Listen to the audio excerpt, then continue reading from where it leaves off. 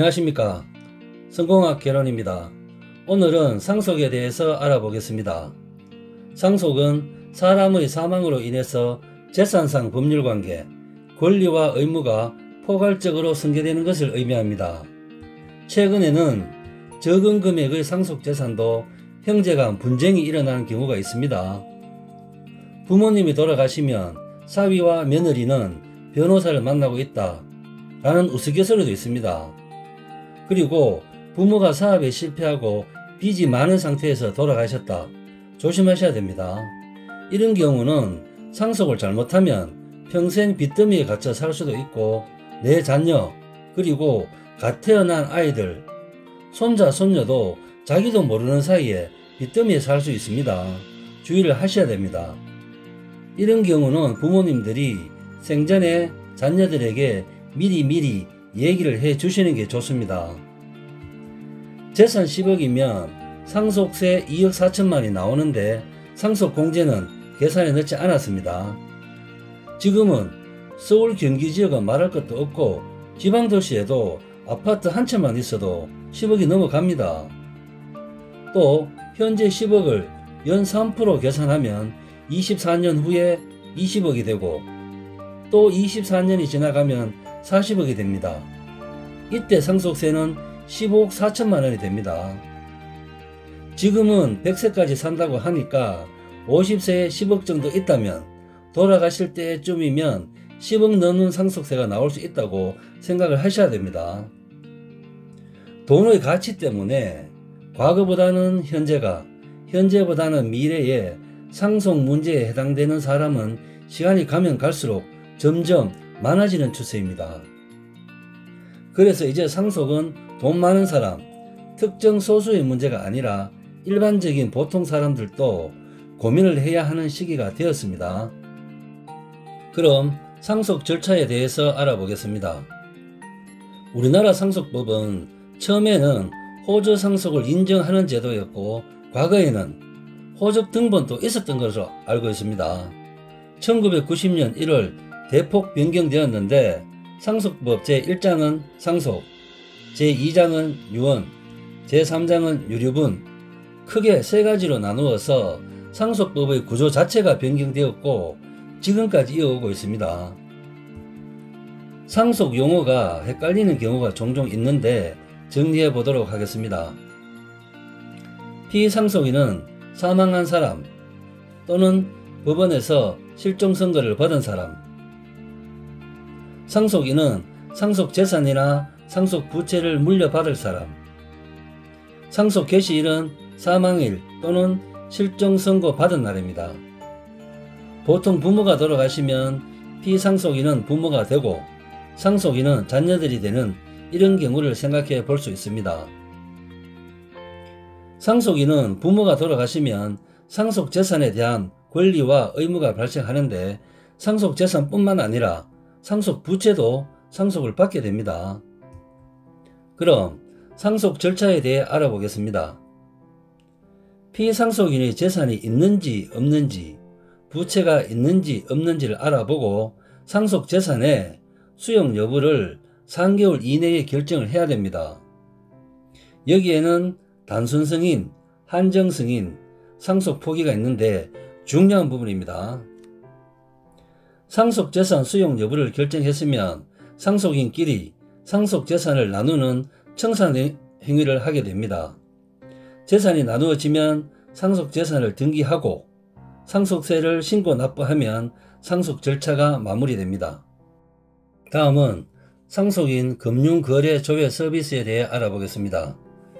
피상속인의 재산이 있는지 부채가 있는지를 알기 위해서는 행정복지센터에 가서 신청을 하시면 제일 빠르고 편리하게 알 수 있습니다. 구비서류는 사망진단서, 실종선고를 받은 사람은 실종확인서, 사망자 기준 가족관계 증명서, 본인 신분증을 가지고 접수를 하면 됩니다.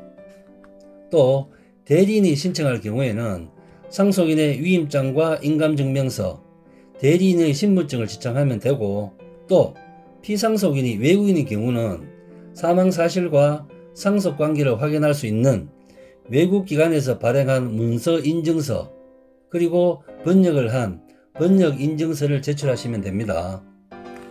신청을 하고 20일 정도 지나면 피상속인의 모든 재산과 부채를 알 수가 있습니다. 금융거래조회 서비스는 상속인이 신청을 하면 금감원에서 접수를 해서 금감원에서 금융협회에 조회 요청을 해서 상속인에게 결과를 통보해 줍니다. 그럼 금융거래조회 범위를 알아보겠습니다. 금융채권에는 각종 예금, 적금, 보험계약, 예탁증권 등을 알 수 있고 금융채무에는 대출, 지급보증, 신용카드 이용액 등을 알 수가 있고 보강금품, 임치계약금품 즉 금융회사에서 반환해야 하는 국민주, 대여금고 등이 여기에 해당됩니다. 공공정보에는 국세, 지방세, 과태료 등 체납 정보를 알 수 있습니다. 금융거래조회 결과는 문자로 통보되지만 직접 결과를 조회해 보시면 14개 금융협회 항목이 나옵니다. 은행연합회, 생명보험협회, 손해보험협회, 금융투자협회 등등 각각 들어가 보시면 금융자산 내용이 상세하게 나옵니다. 금융협회 이외에도 국세청 홈페이지, 국민연금공단, 건설근로자 공제회, 공무원연금, 사학연금, 군인연금 홈페이지에서 상속재산이 있는지 없는지를 확인해 볼 수 있습니다. 금융거래 내역도 조회해보고 부동산도 알아보고 상속재산과 상속부채를 모두 알아봤으면 받을 것인지 받지 않을 것인지 수용 여부를 결정해야 됩니다. 여기에는 3가지가 있는데 단순 승인은 권리와 의무를 무조건 수용하는 것이고 한정 승인은 상속재산을 받은 만큼 부채도 책임지겠다는 것이고 상속 포기는 상속인의 모든 권리와 의무를 포기하는 것입니다. 단순 승인은 굳이 의사표시를 하지 않고 가만히 있으면 단순 승인이 되어버리는데 어떤 경우에 인정되는지 살펴보겠습니다. 첫 번째, 사망 후 3개월 이내에 수용 여부를 결정하지 않으면 단순 승인으로 간주됩니다. 가족의 사망으로 경황이 없겠지만 3개월은 긴 시간이 아니니까 주의하시기 바랍니다. 두 번째, 재산을 임의로 마음대로 처분하면 내 의지와 상관없이 단순 승인으로 간주해버립니다. 이는 채무자의 사망으로 인해서 채권자가 불이익을 당하는 것을 방지하기 위해서입니다.